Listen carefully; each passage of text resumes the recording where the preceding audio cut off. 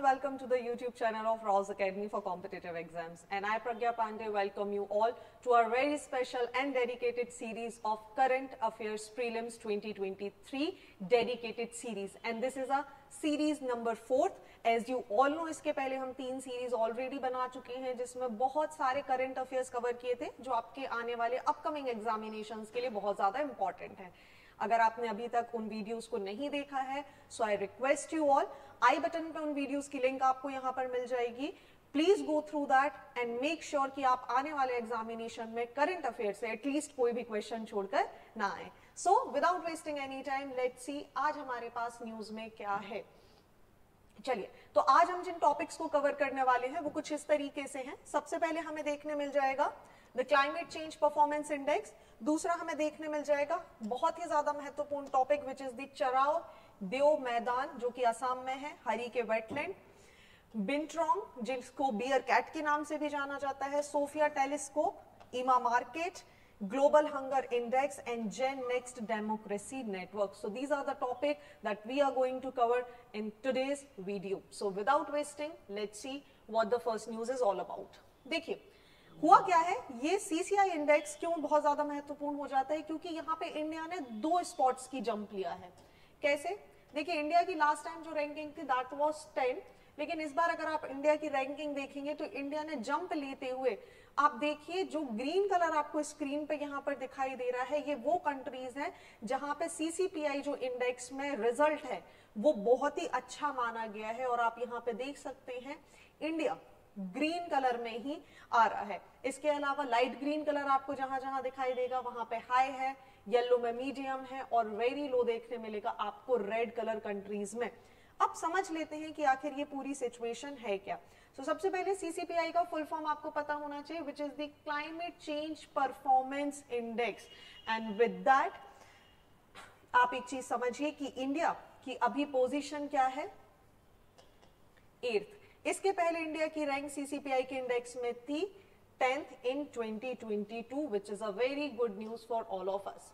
So let's see कि यहां पर हमें क्या सिचुएशन देखने के लिए मिलेगी। चलिए, अगर हम CCPI इंडेक्स की बात करें तो जी इसे पब्लिश कौन करता है, तो देखिए यहां पर गेरमैन वॉच, जो कि एक German watch the New York climate institute, then साथ ही आपको क्लाइमेट एक्शन नेटवर्क इस रिपोर्ट को 2005 से पब्लिश करते हुए आ रहे हैं। तो यहाँ पे आपको एक और चीज याद रखनी है, रिपोर्ट सबसे पहली बार पब्लिश कब हुई थी, 2005 में। पब्लिशिंग करने वाली बॉडीज कौन कौन सी हैं, that is German watch, new climate institute and the climate action network. ये एक इंडिपेंडेंट मॉनिटरिंग टूल है जिसका इस्तेमाल किया जाता है कि कहीं पर भी जो आपका वर्ल्ड है वहां पे क्लाइमेट परफॉर्मेंस किस तरीके की है कंट्रीज की, और आज के डेट में इसको जो माना जाता है वो 59 कंट्रीज और यूरोपियन नेशंस के ऊपर ये कैलकुलेशंस करते हैं। कलेक्टिवली ये सारी कंट्रीज की अगर हम बात करें तो ऐसा माना गया है ये जो सारी कंट्रीज आप देख रहे हैं 59 प्लस यूरोपियन नेशन, ये अकाउंट करती हैं more than 92% of green house gases emission. ठीक है, मतलब वर्ल्ड का जो 92% ग्रीन हाउस गैसेस का एमिशन किया जा रहा है वो इन्हीं कंट्री से देखने के लिए मिल रहा है, जिसकी वजह से इस पूरे इंडेक्स को यहाँ रिलीज किया जाता है। और इसका एम हो जाता है कि एक ट्रांसपेरेंसी लेकर आएगा किसके बीच में, इंटरनेशनल क्लाइमेट पॉलिटिक्स, और एनेबल करेगा comparison of climate protection efforts, progress made by each and every individual country. Alright, चलिए आगे देखते हैं। अगर हम CCPI की तरफ देखेंगे तो आज की डेट में परफॉर्मेंस की बात करें तो कोई भी कंट्री ऐसी नहीं है जो इसकी टॉप रैंकिंग पर पहुंची हो। So yes, the top ranking is blank. याद रखिएगा, एग्जामिनर आपको इसी तरीके से कंफ्यूज करेगा, CCPI में पूछ लेगा भाई टॉप रैंकिंग कंट्री कौन सी है। और यूजुअली हम क्या करते हैं, अगर हमें कोई भी नॉर्वे या कोई भी नॉर्वेजियन कंट्री यहाँ पे दिखाई दे जाती है, फिनलैंड दिखाई दे जाएगा, या आपको USA दिखाई दे जाएगा, ब्रिटेन दिखाई दे जाएगा, तो आप ब्लाइंडली उसको करेक्ट कर लेते हैं। तो याद रखिएगा इनमें से कोई भी कंट्री यहाँ पर टॉप में नहीं थी। ठीक है, चलिए कंट्रीज की परफॉर्मेंस की अगर हम बात करें तो जो ओवरऑल हाई रैंकिंग की अगर हम बात करें तो फर्स्ट 3 पोजीशन, मतलब 1, 2 और 3 में कोई भी कंट्री नहीं है, मतलब किसी का भी परफॉर्मेंस इतना अच्छा नहीं था। किसी का भी जो रिन्यूएबल एनर्जी की बात कर लें, क्लाइमेट पॉलिसीज की बात कर लें, या फिर ग्रीन हाउस गैसेस के एमिशन की बात कर लें, किसी का परफॉर्मेंस इतना अच्छा नहीं रहा कि उसे फर्स्ट, सेकंड और थर्ड कैटेगरी में डाला जा सके, लेकिन आपको फोर्थ, फिफ्थ और सिक्स्थ कैटेगरी में यहां देखने के लिए कौन मिल जाएंगे? Denmark which is on the fourth rank, Sweden fifth, sixth Chile, seventh Morocco, और देखिए इसके बाद टॉप करता है हमारा प्यारा भारत। ठीक है, सो this is very very amazing news, and because of that आपको पता है कि इस तरीके के इंडेक्स एग्जामिनेशन में बहुत अच्छा एक मेजॉरिटी रोल प्ले करते हैं।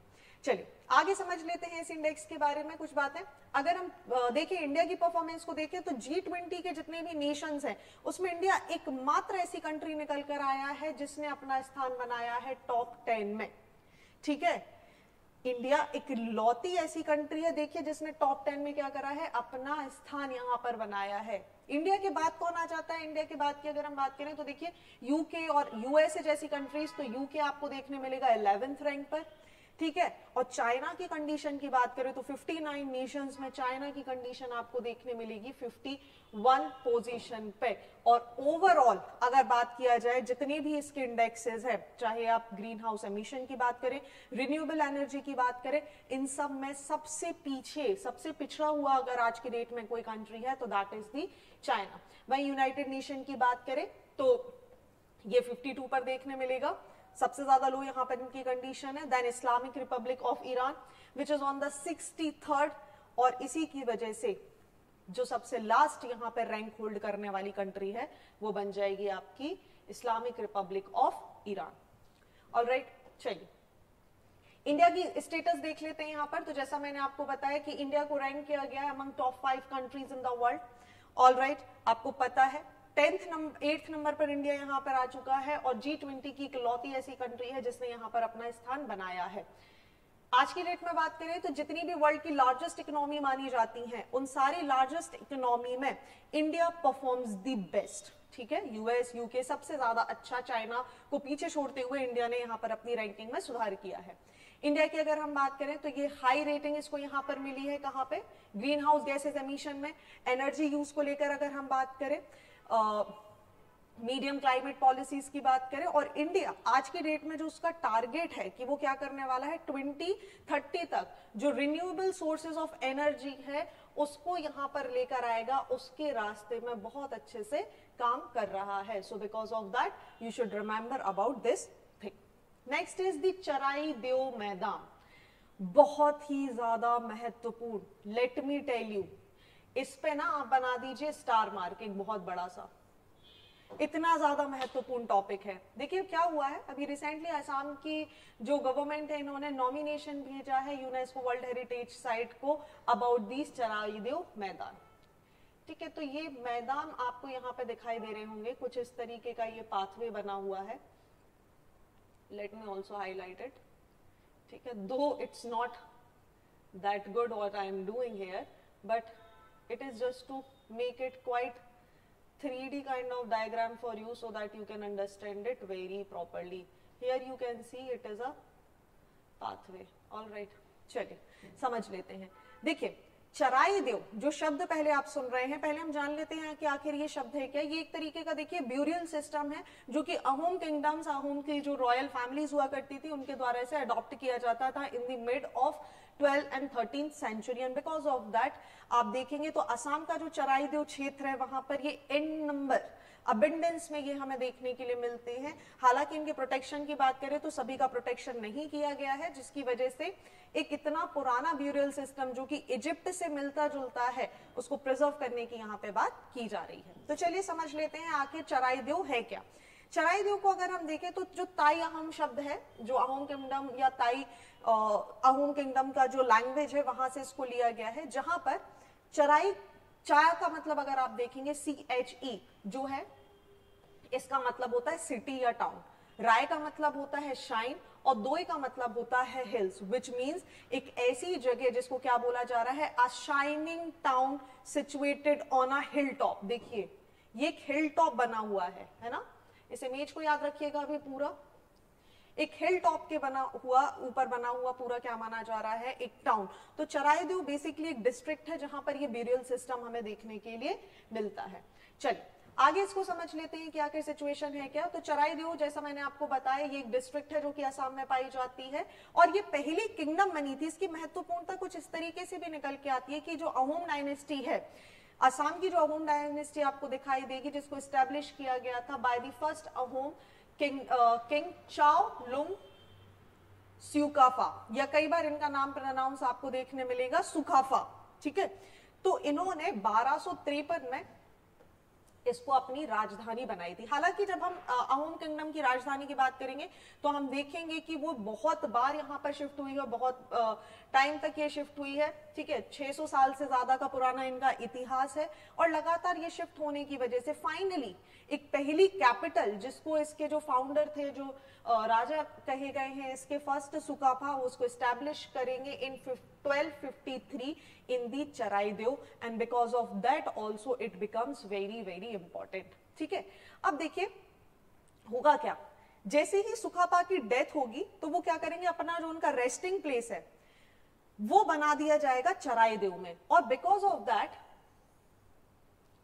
आप एक सिचुएशन देखेंगे, इनके डेथ के बाद जितने भी रॉयल इस फैमिली को बिलोंग करने लगे उन्होंने भी अपने रेस्टिंग प्लेस कहां बनाना शुरू कर दिए, चराइदेव में। और उसकी वजह से चराइदेव आज की डेट में एक ऐसा स्थान बन चुका है जहां पे बहुत सारे ब्यूरियल सिस्टम हमें देखने मिलेंगे। हालांकि हम अहोम किंगडम की बात करें तो देखिए जो नॉर्मल हिंदू ट्रेडिशन हुआ करता था जहां पे अग्निदाह होता था या दाह संस्कार किया जाता था, उसकी जगह यहाँ पर ब्यूरियल सिस्टम अडॉप्ट किया गया इन अ सिमिलर मैनर जैसा कहां पे होता था जी, मिस्र में देखने के लिए हमें मिलेगा, ठीक है। चलो अब ये है क्या, आज की डेट में अगर हम बात करें तो ये मैडम्स क्या है, मैडम्स कुछ नहीं है भाई, जो आपको माउंट्स दिखाई दे रहे हैं अहोम किंगडम के, अहोम राजाओं के, रॉयल फैमिली के, ये जो बड़े बड़े जहां पर इनको दफनाया गया है इसको क्या बोला जा रहा है, मैदान बोला गया है, ठीक है।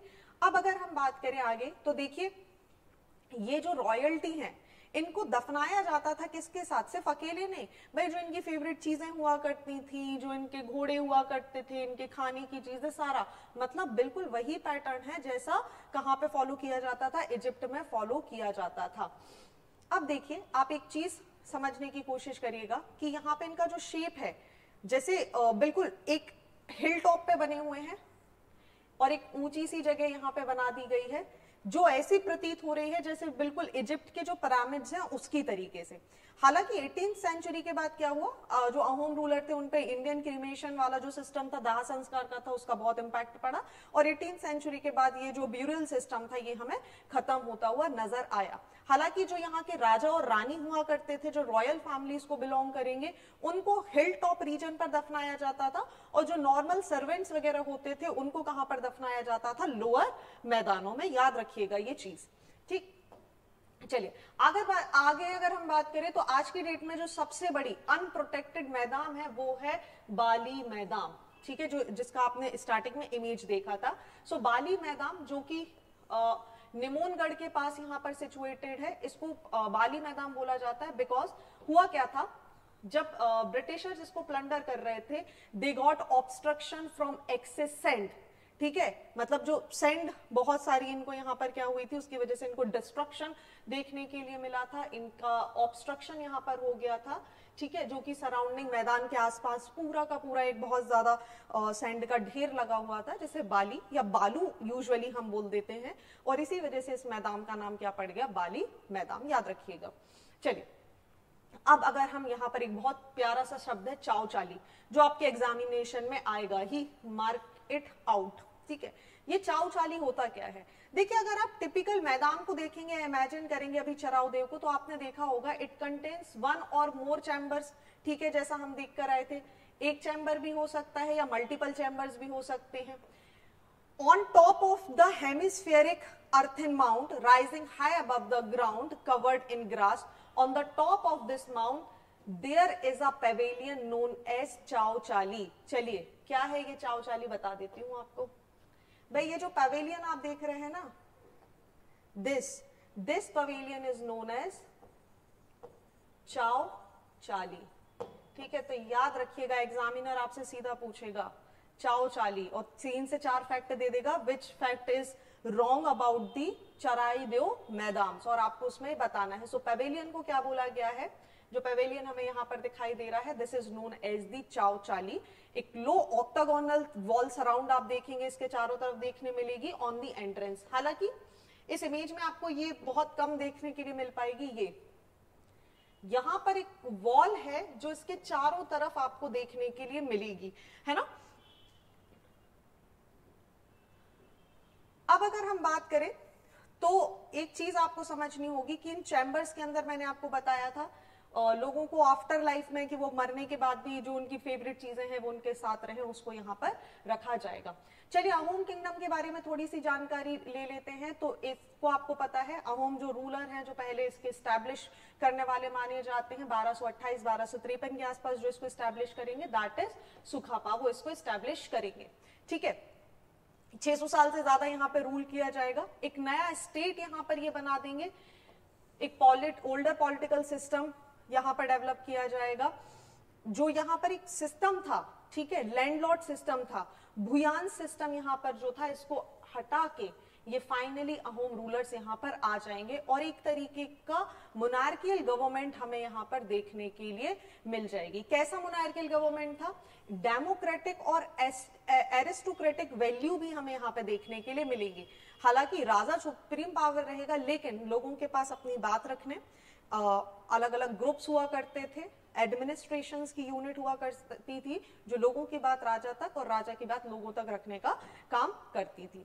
अगर हम इनकी सोसाइटी की बात करें तो ये क्लैंस में डिवाइडेड हुआ करते थे। ठीक है, एक डायनेस्टी के खत्म होने के बाद जो दूसरी क्लान होती थी वो टेरिटरी को यहाँ रूल करेगी। लेकिन 17th सेंचुरी के आसपास 12 से 17 सेंचुरी तक सब कुछ अच्छा चल रहा था, लेकिन जैसे ही 17th सेंचुरी आई, धीरे धीरे जो अहोम किंगडम है, और आपको पता है 16th सेंचुरी एक तरीके से राइज है किसका? ब्रिटिशर्स का। इंडिया में बहुत प्रोमिनेंसली ये यहाँ पर आने लगेंगे और 17th सेंचुरी में धीरे धीरे यहाँ पर जो बर्मीज किंगडम हुआ करता था, बर्मीज का यहाँ पे इन्वेजन होने लगेगा, इंटरनल कॉन्फ्लिक्ट हमें देखने मिलेंगे, जिसकी वजह से ये किंगडम धीरे धीरे टूटता जाएगा। और सिचुएशन कहाँ पे वर्स हो जाएगी? जैसे ही आप देखेंगे कि जो अहोम रूलर्स थे उनका लैंड एनेक्स कर लिया जाएगा by the British India in 1826 और यहाँ पर एक ट्रीटी साइन करवा दी जाएगी, यान डबू। ठीक है, लिख देती हूं नाम यहाँ, याद रखिएगा। तो यान डबू ट्रीटी किस किस के मध्य में साइन होगी? Between the Britishers and the Ahom kingdom.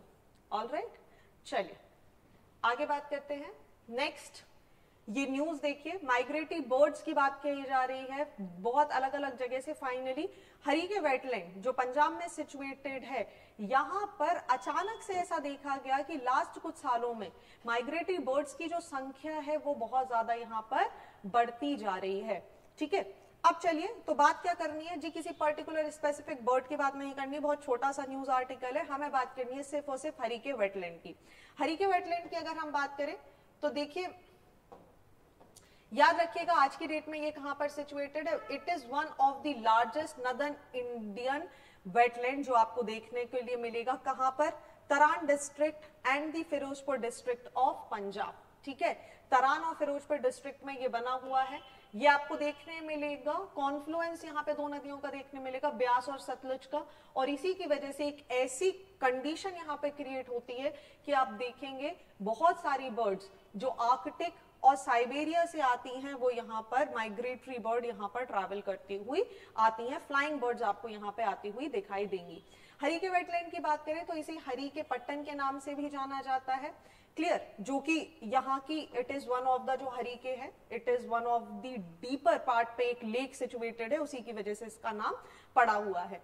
आगे अगर हम बात करें तो इसको 1990 में वेटलैंड के अंदर इंक्लूड कर दिया गया था ताकि जो यहाँ का इकोसिस्टम है इसको प्रिजर्व किया जा सके। वहीं अगर हम बात करें तो इसके अलावा आप देखेंगे लोकल कम्युनिटीज इस पर डिपेंडेंट है। एक बहुत ही ज्यादा सिग्निफिकेंट पॉपुलेशन आपको दिखाई देगी बहुत सारे फिशेस की और स्पीशीज की, जैसे कैटफिश, रोहू और कॉमन कार्प यहाँ पर आपको देखने के लिए मिल जाएंगे। ओके, सो आई होप यहाँ तक ये सारी चीजें हमें क्लियर हो चुकी हैं। आगे बढ़ते हैं नेक्स्ट आर्टिकल की तरफ, बहुत ही ज्यादा इंपॉर्टेंट। देखिए एक इमेज आपको यहाँ पर दिखाई दे रही है, ठीक है, ये है क्या? इसका नाम है बिंचुरोंग। ठीक है, इसी को हम बियर कैट के नाम से भी जानते हैं। देखिए हुआ क्या है, इसके ऊपर बैटिंग हो रही थी। ये जो इसका जो मीट माना जाता है, ये माना जाता है कि बहुत ही एक्सोटिक होता है, बहुत ही टेस्टी होता है, इसकी बहुत ज्यादा वैल्यू मानी जाने लगी। और रिजल्ट क्या हुआ, इन स्पीशीज की गैम्बलिंग होने लगी, ठीक है, और मणिपुर के आसपास के क्षेत्र में, जिसकी वजह से ये कहीं ना कहीं आप देखोगे। इसके अलावा there are so many other species as well, जिनके मीट्स और इन सबको लेके यहाँ पे गैम्बलिंग और इलीगल पोचिंग जैसी कुछ सिचुएशन हो रही थी। Finally what police did, police ने यहाँ पर फॉरेस्ट ऑफिशियल के साथ मिलकर आसपास के एरिया को छाना और इन्हें पता चला कि ठीक है, बहुत गलत तरीके से वाइल्ड एनिमल के मीट्स को यहाँ पर पोच किया जा रहा था, बैटिंग लगाई जा रही थी, जिसकी वजह से ये चर्चा में था। चलिए तो समझ लेते हैं बिंटरॉन्ग आखिर है क्या। अगर हम इसके साइंटिफिक नेम की बात करें तो जिसका साइंटिफिक नेम है आर्किटिस्टिस बिंटरॉन्ग, साथ ही इसको बियर कैट के नाम से भी जाना जाता है या फिर कैट बियर के नाम से भी जाना जाता है। क्यों? क्योंकि देखिए ये कैट लाइक ऑमनिवोरस होते हैं, सीविएट फैमिली से बिलोंग करते हैं, जिन्हें सीविएट फैमिली को आपको पता है, सीविएट फैमिली हम विवराजिया फैमिली भी बोलते हैं। यूजुअली ये साउथ एशिया के डेंस फॉरेस्ट में हमें देखने के लिए मिलेंगे। अगर आप इनको देखेंगे तो ये देखिए बड़े प्यारे से होते हैं, ब्लैकिश कलर के होते हैं, साथ ही इनके स्प्रिंकल व्हाइटिश पैचेस भी आपको यहाँ पर देखने के लिए मिल जाएंगे। अलॉन्ग विद दैट इनके बहुत शेगी से हेयर देखने मिलेंगे, टफ डियर देखने मिलेंगे, बड़े लंबे से होते हैं, बुशी होते हैं, ठीक है, इस तरीके की स्पाइक्स इनके शरीर से निकली होती हैं। और इनकी एक सबसे खासियत है दैट इज फ्रेंसाइल टेल, ठीक है, मतलब वो अगर आपको फ्रेंसाइल टेल की बात करूं तो फ्रेंसाइल टेल का मतलब होता है, आपने कई जानवरों को देखा होगा ना, लंगूर वगैरह को, जो अपनी टेल का यूज करते हैं, पेड़ों पे लटके रहते हैं, और मैक्सिमम जो यूज है चीजों को ग्रैब करने की, उसमें ग्रिप बनाने की क्षमता भी होती है, जो इनकी टेल्स होती हैं, इसको ही बोला जाता है फ्रेंचाइल टेल। याद रखिएगा एक और इंपॉर्टेंट चीज, तो आपको एक चीज समझनी होगी, जो बिंटरॉन्ग है is the only two carnivorous. अगर आप आज की डेट में देखेंगे तो सिर्फ ऐसे दो ही कार्निवोरस हैं जिनके पास इस तरीके की टेल पाई जाती है। बिंटरॉन्ग के अलावा एक और है जिसका नाम है किंका जाउ, ठीक है। चलिए अब अगर हम बात करें तो देखिए इनका जो वेट है लगभग 50 पाउंड होता है, वहीं जो इनकी टेल है वो लगभग इनके शरीर के आसपास हमें देखने मिलेगी। ये नॉक्टर्नल और क्रीपर सर्कल होते हैं, दैट मींस ये सबसे ज्यादा एक्टिव आपको देखने मिलेंगे ट्विलाइट के टाइम पर, याद रखिएगा। वहीं अगर हम बात करें तो मेनली फ्रूट्स, फिग्स जैसी चीज, कई बार अंडे और छोटे छोटे जो एनिमल्स हैं वो इनके भोजन आहार की का काम करते हैं। अगर हम इनके डिस्ट्रीब्यूशन की बात करें तो देखिए ये आज के डेट में हमें नेपाल, इंडिया, भूटान और साउथ इंडोनेशिया आइलैंड, सुमात्रा, जावा के आसपास देखने के लिए मिलेंगे, ठीक है। सबसे ज्यादा ये हमें कहाँ देखने मिलती है, इनके लिए सबसे अच्छी कंडीशन होती है रेन फॉरेस्ट की, बेसिकली डेंस रेन फॉरेस्ट की, और ये हमें साउथ ईस्ट एशिया में देखने के लिए भी मिल जाते हैं। वहीं अगर हम इनके थ्रेट की बात करें तो जी हाँ, जैसे मैंने बताया इलीगल पोचिंग हमें यहाँ पे देखने मिल जाएगी। इनके मीट के लिए जो इसको माना जाता है मेडिसिनल प्रॉपर्टी होती है, टेस्टी होता है, उसकी वजह से यहाँ पे क्या होने लगेगी, इनका इलीगल पोचिंग की जाने लगेगी। Along with that oil palm industries, rain forest का खत्म होना, ये सारी सिचुएशन इनके थ्रेट का काम कर रही हैं। अब क्योंकि हम किसी भी स्पीशी के बारे में पढ़ते हैं तो हमें एक चीज बहुत अच्छे से पता है कि हमें उसके बारे में क्या जानना चाहिए, कि इनका स्टेटस क्या है। प्रोटेक्शन या कंजर्वेशन स्टेटस की बात करें तो देखिए IUCN की लिस्ट में ये वल्नरेबल कैटेगरी का पार्ट बन जाते हैं। साइट्स की लिस्ट में they comes in the appendix 3। वहीं अगर हम Indian wild life protection act की बात करें तो ये शेड्यूल 1 का पार्ट हमें दिखाई देते हैं। चलिए आगे बढ़ते हैं। देखिए बड़ा एक अच्छा सा प्लेन आपको यहाँ पर दिखाई दे रहा है नासा का। जी ये कुछ नहीं है, ये सोफिया टेलीस्कोप है, बहुत ही ज्यादा महत्वपूर्ण।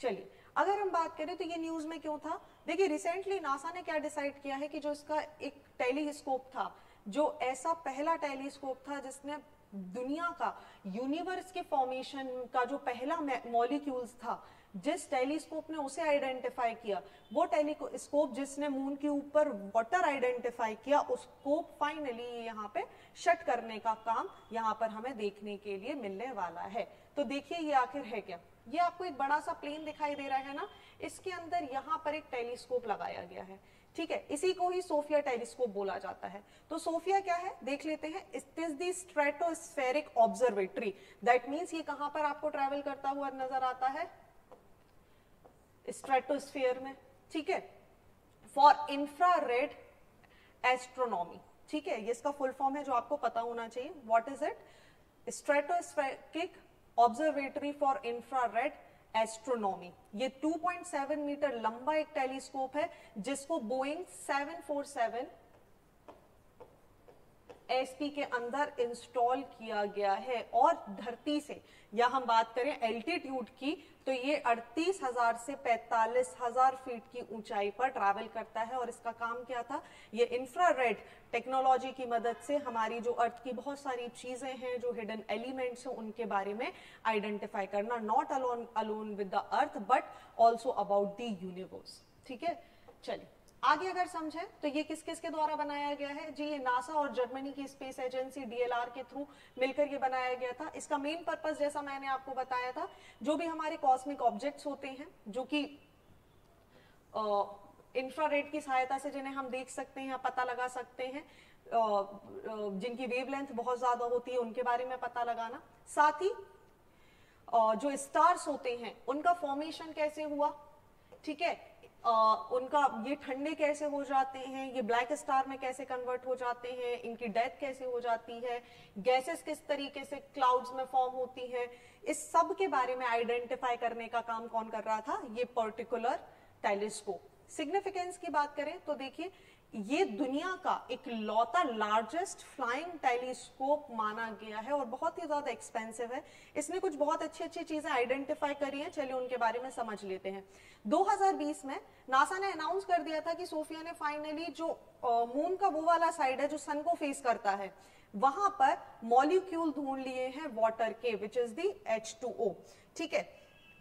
इंपॉर्टेंट क्यों हो जाता है, क्योंकि इन्होंने बताया था कि जो मून का जो साइड है जो सन को फेस करके रखा हुआ है, मैक्सिमम आप देखेंगे वहां पर तो आपको मॉलिक्यूल्स देखने मिलेंगे, ठीक है। दूसरी चीज यहां पर इन्होंने क्या बता दी, ये पहला मॉलिक्यूल दुनिया का, यूनिवर्स का, जो 14 बिलियन साल पहले बना था, which is known as the helium hydride ion, जिसका साइन आपको HeH+ के नाम से यहां पर दिख जाएगा। 2019 में यूनिवर्स का the oldest, the first element of the universe, जो बिग बैंग के बाद इमीडिएटली बन गया था, ठीक है, उसको क्या करा था, इन्होंने खोज लिया था। तो पहला वो मॉलिक्यूल क्या हो जाएगा जी, याद रखिएगा, हीलियम हाइड्राइड आयन, पहला मॉलिक्यूल जो कि बना था ऑलमोस्ट 14 बिलियन ईयर्स अगो।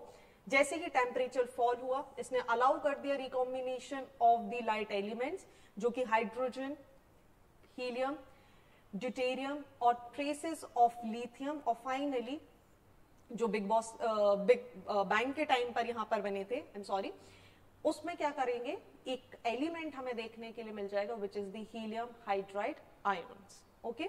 चलिए साथ ही इसके अलावा आप देखेंगे सोफिया ने क्या आइडेंटिफाई किया था कि एटमॉस्फेरिक सर्कुलेशन, जुपिटर पे जो एटमॉस्फेरिक सर्कुलेशन पैटर्न है वो किस तरीके से काम करता है, उसे भी आइडेंटिफाई कौन करा था, सोफिया।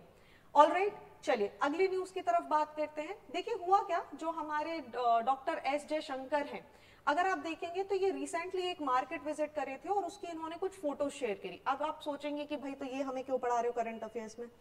याद रखिए दुनिया की कोई ऐसी जो यूनिक चीज होती है और अगर उसे कोई हमारे ऑफिशियल्स और स्पेशली अगर आप फॉरेन मिनिस्टर्स की बात कर देते हैं, अगर वो इसे ट्वीट कर रहे हैं, that means it is a part of news itself. तो बात हम कर रहे हैं यहाँ पे ईमा मार्केट की, जो कि इम्फाल में बना हुआ है, ठीक है। क्यों महत्वपूर्ण है, देखिए ईमा मार्केट है, इसको मदर मार्केट के नाम से भी जाना जाता है, या साथ ही इसे ऑल वुमेन मार्केट भी बोला जाता है। माना जाता है कि यहाँ पर क्या है, ये लार्जेस्ट एशिया, पूरे एशिया में अगर आप बोलोगे तो ये एक लौता ऐसा कॉम्प्लेक्स है जहां पे सिर्फ और सिर्फ फीमेल्स आपको देखने मिलेंगी, सिर्फ फीमेल वेंडर्स आपको देखने मिलेंगे, कोई भी मेल वेंडर यहाँ पे नहीं होता है, ठीक है। चलिए अगर आप देखेंगे तो यहाँ पे 3000 से ज्यादा ईमाज, ईमा का मतलब ही है बेटा मदर, इसीलिए इसका नाम है ईमा मार्केट, है ना। वो यहाँ पर स्टॉल लगाती हैं, अलग अलग सेक्शंस आपको देखने मिल जाएंगे, बहुत सारी चीजें यहाँ पे देखने मिल जाएंगी। अब देखिए हुआ क्या था, 2018 में जो स्टेट गवर्नमेंट थी मणिपुर की, उन्होंने क्या करा, अनाउंस कर दिया एक लीगल एक्शन लिया जाएगा अगर कोई भी मेल वेंडर यहाँ पे कोई सामान बेचता हुआ पकड़ा गया तो under the Manipur municipalities act 2004। Now you will say कि भाई ऐसा क्यों किया गया, क्या था इसका ऐसा इतिहास जिसकी वजह से जो मणिपुर की गवर्नमेंट है वो इम्फाल की ईमा मार्केट को इतनी ज्यादा महत्वपूर्णता दे रही है। देखिए तो थोड़ी सी हम इसका इतिहास समझ लेते हैं। देखिए ईमा मार्केट बहुत सेंचुरी पुराना एक सिस्टम हुआ करता था जिसका नाम है लिल्लुक काबा। एक एंशियंट ट्रेडिशन होता था, एक ancient not tradition, basically it is a bounded labour system. नाम याद रखिएगा, लिल्लुक काबा। लिल्लुक काबा में क्या होता था कि जो मेल होते थे हर फैमिली के, इनको एक सर्टेन पीरियड के लिए क्या करना होता था, जाके मिलिट्री में भर्ती होना पड़ता था, बहुत सारे जो सिविल प्रोजेक्ट्स होते थे उनके लिए काम करना था हर परिवार के किसी ना किसी व्यक्ति को, मेल काउंटर पार्ट को। सो आप देखेंगे किस ट्राइब के लोग, मैती ट्राइब एक हुआ करती थी यहाँ की, उनको यहाँ पे कंपलसरी था कि they serve some time working in the military and on the other civil project keeping them away from their home. Resulted into what कि भाई जो यहाँ की महिलाएं होती थी वो पीछे रह जाती थी, घर चलाना है, परिवार चलाना है, जीवन यापन करना है। रिजल्टेड इनटू व्हाट, इन्होंने यहाँ पर एक सिस्टम डेवलप कर लिया, एक मार्केट डेवलप कर लिया जिसे ही इमा कैथियल के नाम से या ईमा मार्केट के नाम से जाना जाता है। अगर हम बात करें तो एक 1870 एक यहाँ पर रूल बुक यहाँ पर हमें देखने मिल जाएगी जो बहुत अच्छा इसका उदाहरण है। आर ब्राउन जो कि ऑथर है statistical account of the native state of Manipur and the hill territory under its rule 1870, यहाँ पे बताया गया था जो आप ये सिस्टम देख रहे हैं, द सिस्टम इज लल्लुक काबा। जो सिस्टम हुआ करता था ये क्या करता था, ये बेस हुआ करता था एक बिलीफ पे कि जितने भी मेल्स हैं जो 17 से 60 साल के, they must provide their services to the state. बदले में इन्हें कोई रेम्यूनरेशन नहीं मिलेगा और स्पेसिफिक डेज या साल के यहाँ पे निर्धारित कर दिए जाते थे। अब सोचिए इनको कोई रेम्यूनरेशन नहीं मिलने वाला है। रिजल्टेड इनटू व्हाट, विमेन्स यहाँ पीछे रह जाएंगे, इन्हें घर चलाना है और फाइनली यहाँ पर एक मार्केट निकल कर आ गया। हालांकि इस रूल के हिसाब से वुमेन्स को यहाँ से एग्जम्प्ट किया गया था, ठीक है। हालांकि ब्रिटिश गवर्नमेंट ने बहुत ट्राई किया कि वो जो ये मार्केट चल रहा है जो वुमेन्स यहाँ पे कर रही हैं, लेकिन वो इसको रेजिस्ट नहीं कर पाए, महिलाओं ने इसका विरोध कर दिया। फाइनली एशिया का इकलौता ऑल वुमेन मार्केट हमें सबसे बड़ा देखने मिल जाता है Ima market which is situated in the Imphal. चलिए नेक्स्ट न्यूज की बात करते हैं which is the global hunger index. हर बार जब ये रिपोर्ट आती है हम कुछ ना कुछ पॉइंट्स पीछे फिसल जाते हैं जो कि काफी चिंता का विषय है। देखिए इंडिया के यहाँ पर इस बार अगर आप बात करें तो इंडिया फेल्स टू 107 फ्रॉम 101, मतलब हम 101 से 107 पर आ गए हैं। दैट मीन्स हमसे अच्छी कंडीशन अगर आज के डेट में हम बात करें हंगर इंडेक्स में तो पाकिस्तान और नेपाल की है। तो point is that what is global hunger index, ठीक है। चलिए सवाल यहां से कैसे आते हैं, जब भी किसी इंडेक्स के बारे में क्वेश्चन किया जाता है वहां पे उसके पैरामीटर्स पूछ लिए जाते हैं कि व्हाट आर दोस पैरामीटर। जो वनडे एग्जामिनेशंस हैं या जो स्टेट सर्विसेज एग्जामिनेशन है वो आपसे मैक्सिमम रैंक पूछ सकते हैं, लेकिन यूपीएससी आपको कैसे कंफ्यूज करेगा, वो बोल देगा consider the following statement about the Global hunger Index. पहले बोल देगा India falls from 107 to 101, right. फिर बोल देगा it is published by this and that. जो पैरामीटर्स हैं वो ये हैं और आपको उसमें सही आंसर चूज करना है। तो कैसे चूज करेंगे, जब आपको पूरी डिटेल पता होगी। ग्लोबल हंगर इंडेक्स की अगर हम बात करें तो ये एक एनुअल रिपोर्ट होता है जिसको पार्टनरशिप किया गया है between the concern world wide, जो कि एक आयरलैंड की लार्जेस्ट एड यूनिट हमें देखने मिल जाती है, और एक ह्यूमैनिटेरियन एजेंसी आपको देखने मिल जाएगी वेलदिंगर लाइफ, ठीक है। तो ये दोनों यहाँ पर क्या करते हैं, इस रिपोर्ट को पब्लिश करते हैं। जो पहली रिपोर्ट पब्लिश हुई थी वो हुई थी 2006 में। ये इंटेंड करती है एक ऐसा टूल यहाँ पर डिजाइन किया गया है जिसकी वजह से एक कॉम्प्रिहेंसिव मेजर निकाला जा सके हंगर के बारे में ग्लोबल लेवल पर, not alone global but regional level पर हंगर की क्या सिचुएशन है, नेशनल लेवल पर हर देश में क्या सिचुएशन है, उनके क्षेत्रों में क्या सिचुएशन है, उसको यहाँ पर पता लगाया जा सके। तो ग्लोबल हंगर इंडेक्स को कुछ इस तरीके से समझ लेते हैं। आपको यहाँ पे 3 पैरामीटर्स, बेसिकली इसके 4 पैरामीटर देखने मिलेंगे। क्या क्या, द चाइल्ड मोर्टेलिटी, ठीक है, then child stunting, child wasting and inadequate food supplies, या यहीं पर आपको देखने मिल जाएगा अंडर नरिशमेंट। चलिए इसको इस तरीके से समझ लेते हैं। तो चार जो हमें एलिमेंट्स देखने मिले, एक तो अंडर नरिशमेंट हमें देखने मिल गया, इसके अंदर ही आपको देखने मिल जाएगा चाइल्ड वेस्टिंग। चाइल्ड वेस्टिंग क्या होता है भाई, वो percentage of children below 5 years जो कैसे हैं, who have low weight for their height, ठीक है, जिनका वजन कैसा है, अपनी हाइट के हिसाब से कम है, जिसकी वजह से इसे under nourishment, acute under nourishment की कैटेगरी में डाला जाता है। Next is the child stunting. Child stunting again 5 साल से कम उम्र के बच्चे, 5 साल या उससे कम उम्र के बच्चे जिनका एज जो है it is who have low height for their age, मतलब मान के चलिए कि इनकी एज 12 साल है और 12 साल की जितनी, नॉट 12 साल, आई एम सॉरी, इनकी एज 4 साल है और इसके हिसाब से किसी बच्चे की जो हाइट होनी चाहिए वो जितनी है, अगर वो यहाँ पर नहीं होती है तो इसे चाइल्ड स्टंटिंग की कैटेगरी में डाला जाता है। दैट मीन्स ये रिफ्लेक्ट करता है कि किसी भी बच्चे में क्रॉनिक अंडर नरिशमेंट की सिचुएशन है। तो याद रखिएगा, child wasting acute under nourishment को बताता है, वहीं चाइल्ड स्टंटिंग आपको क्रॉनिक अंडर न्यूट्रिशन का इंडिकेशन देता है। चाइल्ड मोर्टेलिटी की बात करें तो यहाँ पे देखा जाता है 5 साल या उससे कम उम्र के बच्चे, उनका मृत्यु दर यहाँ पर क्या है, किस तरीके से, किस प्रपोर्शन में उनकी डेथ हो रही है, वो यहाँ पे देखा जाएगा। ठीक है, अगर हम GHI के स्केल की बात करें तो देखिए ये 0 से 100 तक का एक स्केल होता है, जहां पे अगर कोई कंट्री 0 अचीव कर रही है that means this is the best score, और जैसे जैसे आप 0 से दूर जाते जाएंगे वैसे वैसे मतलब क्या है कि आपका स्कोर बेकार है। तो आप देख लीजिए इंडिया कहां पे है, 107 पर। क्लियर? चलिए इस चार्ट की मदद से कुछ चीजें समझ लेते हैं। सबसे पहले हमें 3 डायमेंशन और 4 इंडिकेटर्स की यहाँ पे बात की गई है। कुछ भी पूछा जा सकता है आपसे, 3 डायमेंशंस कौन कौन से हैं, inadequate food supply, child undernourishment, then child mortality. इसके साथ मैंने आपको लिखा हुआ है कि कौन सा इंस्टीट्यूशन किस रिपोर्ट को रिलीज करता है। तो देखिए अंडर नरिशमेंट की अगर हम बात करें तो इसे Food and Agriculture Organization FAO निकालता है। चाइल्ड मोर्टेलिटी की बात करें तो इसको United nation inter agency group for child mortality estimation release करता है।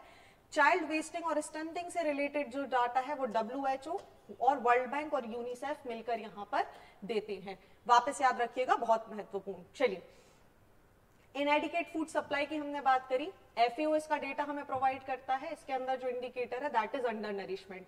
जो वेटेज यहाँ पर दिया गया है विच इज 1/3। क्या देखा जाता है, देखिए यहाँ पे मेजर किया जाता है कि क्या इनसफिशिएंट फूड सप्लाई है। ठीक है, तो ये इंपॉर्टेंट इंडिकेटर बन जाता है हंगर इंडेक्स के लिए। साथ ही ये रेफर करता है ऐसी पूरी पॉपुलेशन को, चाहे बच्चे हों या अडल्ट, उन सबके अंदर अंडर नरिशमेंट की सिचुएशन क्या है ये बताता है। एक लीड इंडिकेटर माना जाता है ताकि वर्ल्ड में जो भी हंगर का इंडेक्स है उसे पता चल जाए। ठीक है, तो अंडर नरिशमेंट या फिर हम इनएडिक्वेट फूड सप्लाई डायमेंशन की बात करें तो ये बच्चे एवं बड़े दोनों के लिहाज से इसको देखता है। वहीं चाइल्ड अंडर नरिशमेंट की बात करें तो यूनिसेफ, WHO, वर्ल्ड बैंक इसका डेटा यहाँ प्रोवाइड करते हैं और ये बात करता है चाइल्ड वेस्टिंग और स्टंटिंग के बारे में। दोनों का जो स्कोर है विच इज 1/6 एंड 1/6 यहाँ पे स्कोर दिया जाता है। क्लियर? माना जाता है कि अगर इस तरीके की सिचुएशन है तो या तो आपको एक्यूट अंडर नरिशमेंट देखने मिल जाएगा या फिर आपको क्रॉनिक अंडर नरिशमेंट देखने मिल जाएगा कि क्या बच्चे न्यूट्रिशन डेफिशिएंसी के लिए कितना वल्नरेबल है, कितने हाउस होल्ड ऐसे हैं जहां पे अनइवन डिस्ट्रीब्यूशन फूड का यहाँ पर हमें देखने मिल रहा है, वो इसको इंडिकेट कर देता है।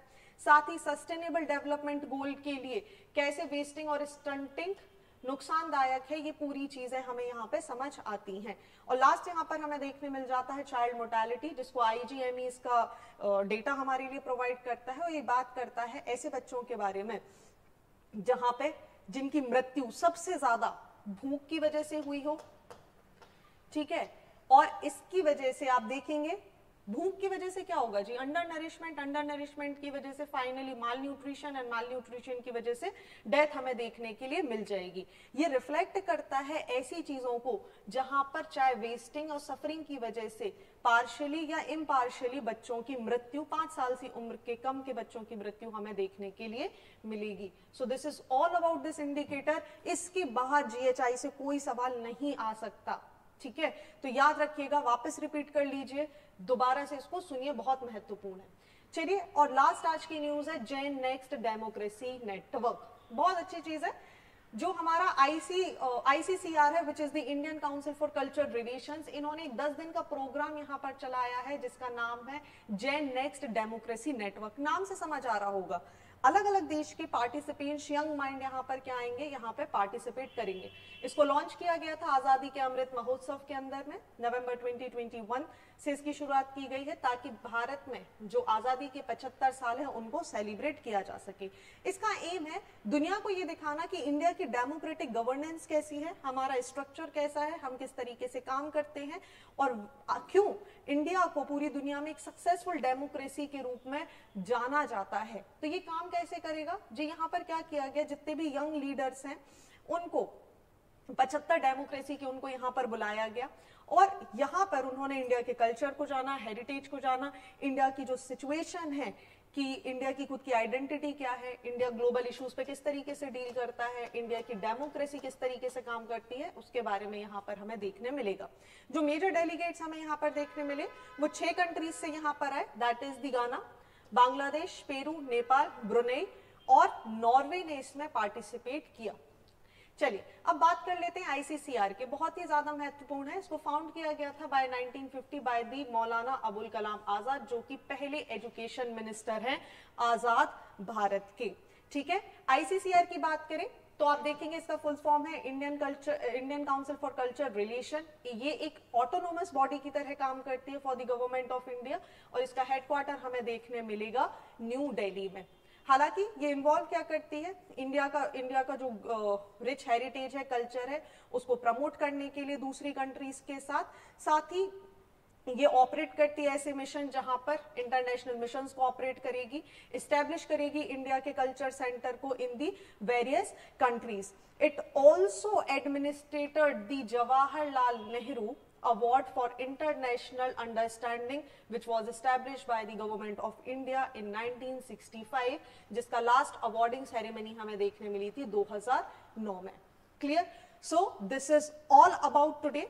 आज के लिए ये सारे करंट अफेयर्स महत्वपूर्ण थे जो कि हमने डिस्कस किए हैं। आगे आने वाली सीरीज में हम डेफिनेटली बचे हुए जितने भी 1.5 साल के करंट अफेयर्स हैं उन्हें कवर करेंगे। So this is it for today.